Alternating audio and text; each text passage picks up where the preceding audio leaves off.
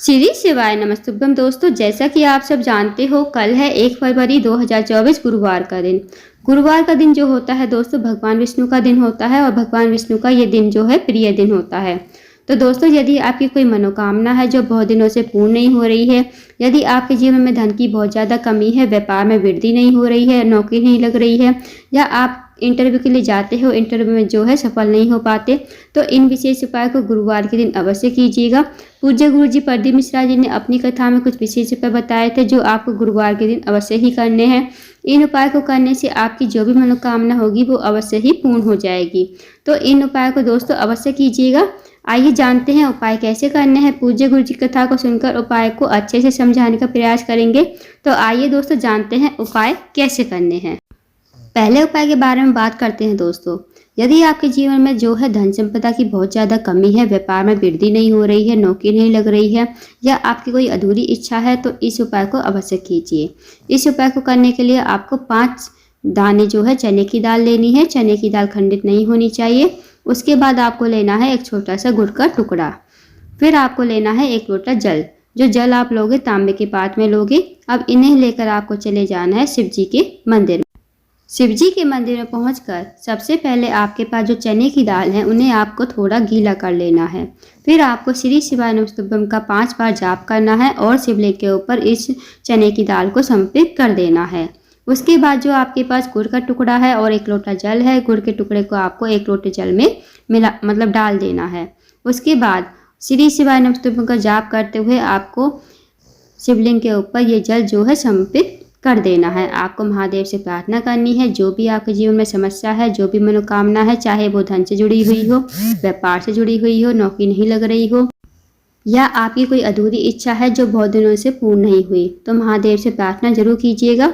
और 2 मिनट आपको मंदिर में बैठना है, श्री शिवाय नमस्तुभ्यम का जाप करना है। उसके बाद आपको घर आ जाना है। बस इस उपाय को करके देखिए दोस्तों, बहुत ही अचूकन विशेष उपाय है। इस उपाय को गुरुवार के दिन करना है। अब जानते हैं दोस्तों अगले उपाय के बारे में।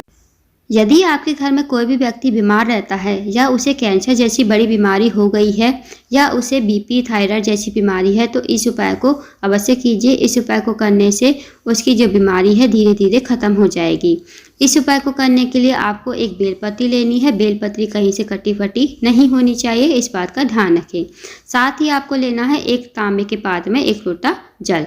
उसके बाद इन दोनों सामग्री को लेकर आपको चले जाना है शिव जी के मंदिर में। शिव जी के मंदिर में पहुंचकर सबसे पहले आपको श्री शिवाय नमस्तुभ्यम कहते हुए 1 लोटा जल जो है शिव जी के ऊपर, शिवलिंग के ऊपर समर्पित करना है। अब दोस्तों, जो आपके पास बेलपत्र है वो आपको अपने सीधे हाथ पर रखना है और उस रोगी व्यक्ति का नाम बोलना है और गोत्र बोलना है। जो भी व्यक्ति आपके घर में बीमार है, महादेव से प्रार्थना करनी है कि उसकी जो बीमारी है ठीक हो जाए। फिर आपको इस बेलपत्र को श्री शिवाय नमस्तुभ्यम कहते हुए शिवलिंग के ऊपर समर्पित कर देना है। अब जो बेलपत्र की डंडी का मुख होगा वो आपको जलाधारी की तरफ रखना है। जहाँ से जल नीचे बहकर गिरता है उस तरफ जो है बेलपत्र की डंडी का मुख होना चाहिए। जब हम शिव जी पर जल समर्पित करते हैं, जहाँ से जल नीचे बहकर गिरता है उस तरफ बेलपत्र का डंडी का मुख रखोगे और 2 मिनट वहाँ पर बैठकर आपको श्री शिवाय नमस्तुभ्यम का जाप करना है। उसके बाद आपको महादेव से प्रार्थना करके इस बेलपत्र को औषधि के रूप में अपने घर पर लेकर आना है। अब इस बेलपत्र को आपको उस रोगी व्यक्ति को खिलाना है जो भी व्यक्ति आपके घर में बीमार है। श्री शिवाय नमस्तुभ्यम का जाप करते हुए इस बेलपत्र को खाए, और अगर वो नहीं खा सकता तो आप इसे सुखाकर इसका पाउडर बना लीजिए। फिर आपको इसे पानी में घोलकर दे दीजिए या दूध में घोलकर उसे दे दीजिए। उसकी जो बीमारी है ठीक हो जाएगी, धीरे धीरे खत्म होने लगेगी। दोस्तों, इस उपाय को विश्वास के साथ कीजिएगा, बहुत ही अचूकन विशेष उपाय है। अब जानते हैं दोस्तों अगले उपाय के बारे में।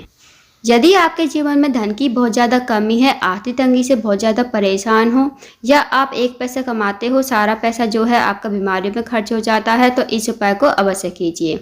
इस उपाय को करने के लिए आपको एक तांबे के पात्र में 1 लोटा जल लेना है। उसके बाद आपको लेना है 1 हरा मूंग का दाना।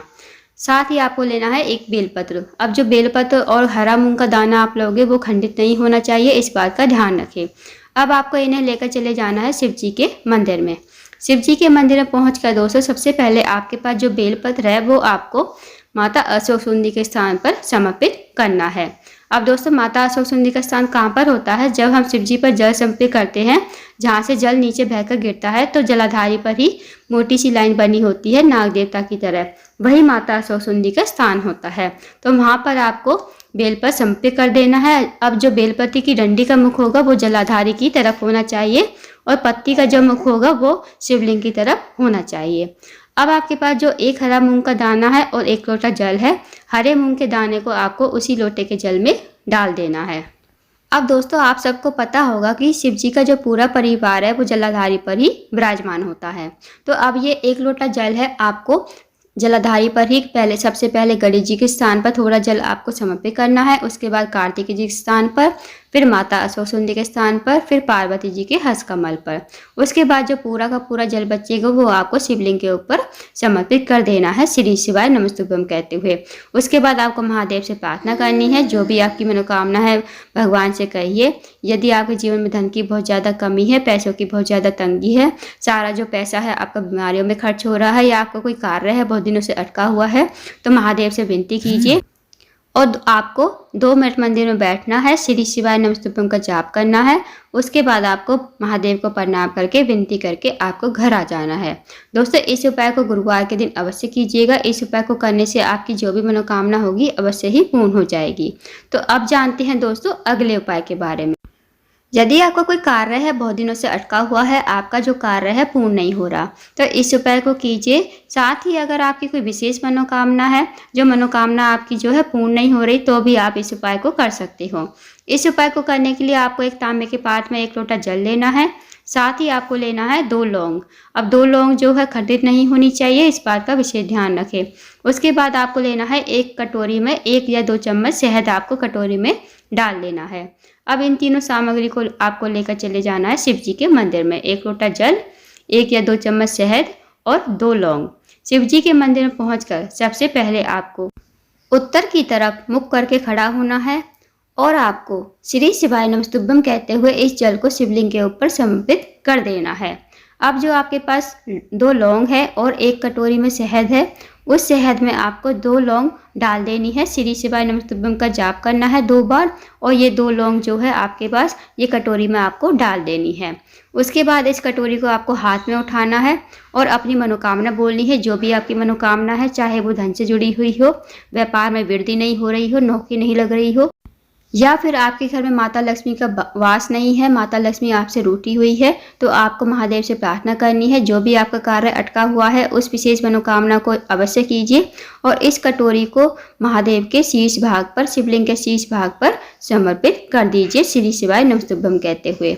उसके बाद आपको 2 मिनट मंदिर में बैठना है, श्री शिवाय नमस्तुभ्यम का जाप करना है, फिर आपको महादेव से प्रार्थना करके विनती करके प्रणाम करके आपको घर आ जाना है। तो दोस्तों इस विशेष उपाय को भी करके देखिएगा, बहुत ही अचूक विशेष उपाय है। तो दोस्तों ये थे कुछ विशेष उपाय जो आपको गुरुवार के दिन अवश्य ही करने हैं। इन उपाय को अवश्य कीजिए। इन उपाय को करने से आपकी मनोकामना जो भी होगी अवश्य ही पूर्ण हो जाएगी। अगर आपको जानकारी पसंद आई हो, वीडियो को लाइक करें, शेयर करें, चैनल को जरूर सब्सक्राइब करें, कमेंट बॉक्स में श्री शिवाय नमस्तुभ्यम हर हर महादेव जरूर लिखें।